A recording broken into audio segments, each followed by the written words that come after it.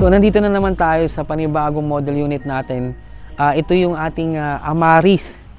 Yung Amaris natin, ang details nito ay yung 168 yung lot area niya. Yung floor area niya is 168 square meter din. Parehas lang sila ng size. Ito ay meron tong 5 bedrooms. Kung naghahanap ka ng medyo malaki yung space, at ito yung 5 bedrooms na ino-offer natin. Meron tayong room dito sa ground floor. At meron din tayo ditong 3 toilet and bath. At yung dalawang carport natin. No, unahin natin ipakita sa inyo yung ating carport dito sa area na to. Yung carport natin, ito naka-combination na siya ng tiles. Kasya yung dalawang SUV dito kasi napakalaki ng space. And meron pa tayo dong another space to sa ating lanay area. So yun yung ating likod, may setback tayo sa likod para sa service area. And then sa kabilang side din, open yung space natin, meron din tayong setback doon. So mapapansin yung house natin, ito yung ating bricks na stone dito sa model na to. Ito yung dinesign natin dito. Nilagyan lang siya ng paint na dark, no, para mas lalong tumingkad yung kulay ng bahay. And ito, meron tayo ditong space para doon sa ating garden. Ito yung ating setback dito sa side na naglagay din tayo ng halaman dito. Dahil itong house na to is a single detached house, kaya sobrang ganda. Check natin yung loob. Bago tayo pumasok sa loob, ito naglagay na tayo dito ng steps para maganda siya pagpasok. And then dito, meron pa siyang another dito. Pwede mo pa siyang ipa-tiles. Tingnan natin yung loob ng house. Katulad ng mga nauna nating na hinahouse tour dito sa loob ng subdivision, lahat ng mga unit natin, mas solid yung ating main entrance door. Ito yung kanyang living area. Yung tiles natin sa ground floor, 60 by 60 na glossy yung ginamit natin dito. So dito sa living area natin, ito meron tayo ditong owning na window na dalawang panel, tas dito fixed panel. Dito meron naman ding sliding na window dito at naka-screen na siya. And then doon sa baba, meron siya tayong glass na na fixed panel din doon sa ganyang babang area.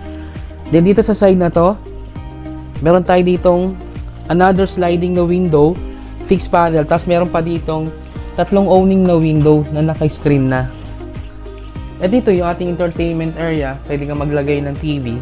So ito naglagay pa siya ng divider. Check naman natin tong ating dining area.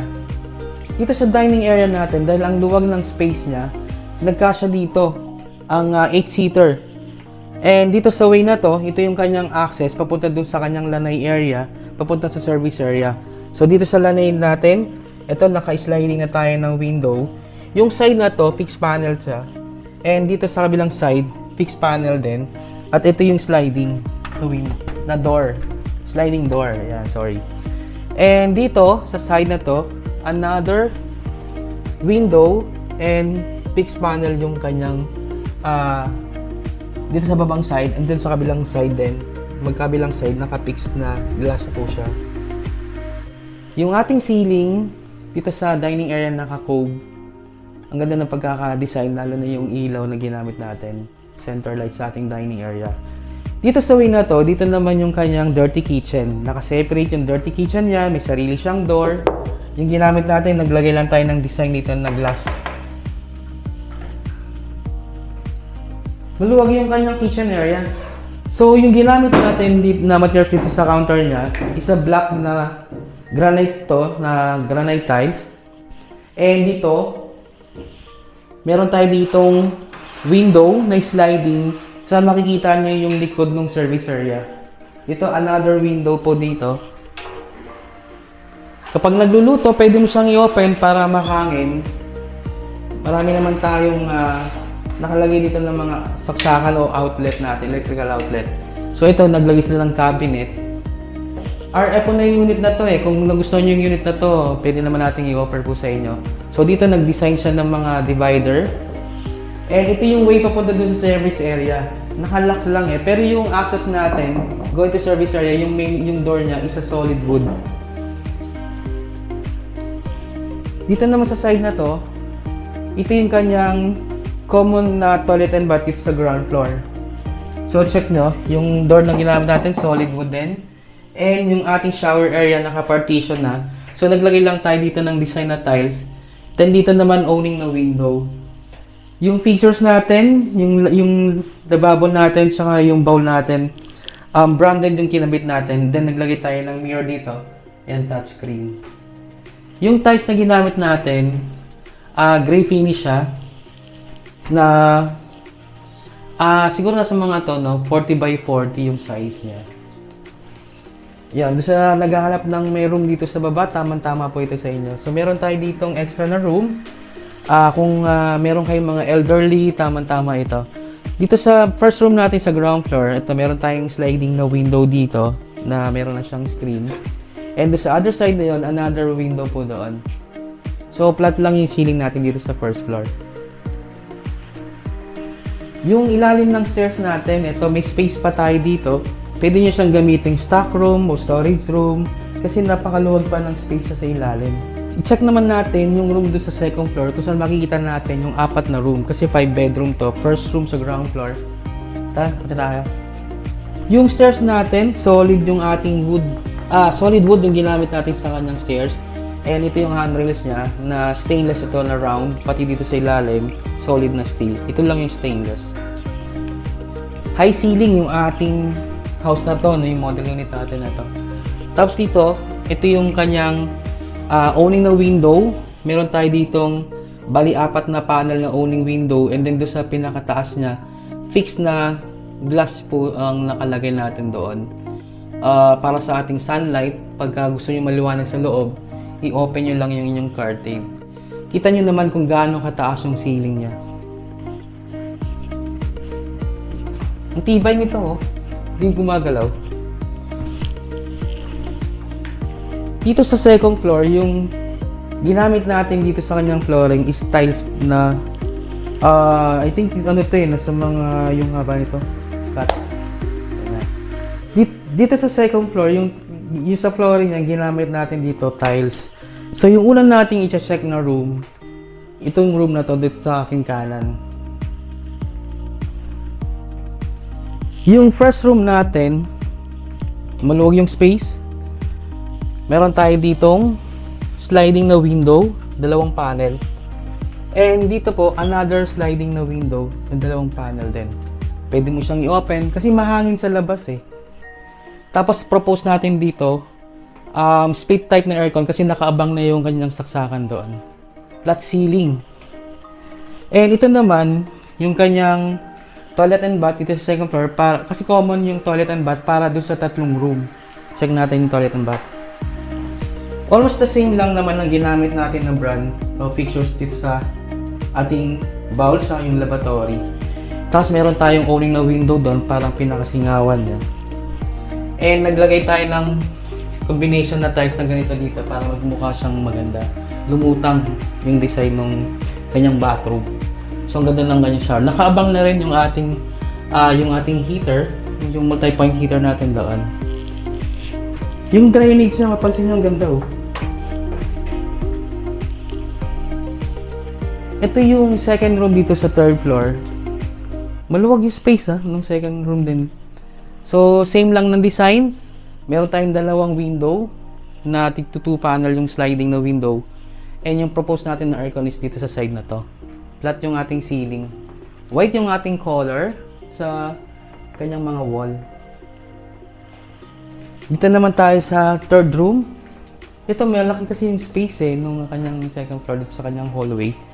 So third room natin, usually lahat ng mga door na ginamit natin dito, gawa siya sa wood. Solid yung ating hamba. At ito, no, yung ating third room, kasya yung double size na bed. Kahit queen size kaya siya pa. Kasi may space pa naman. Laki pa ng space. Ito, meron tayo ditong 2 owning na window, 2 panel. And another 2 panel of owning window. Tapos dito, fix na yung glass niya. Yung ginamit namin dito is a royal blind.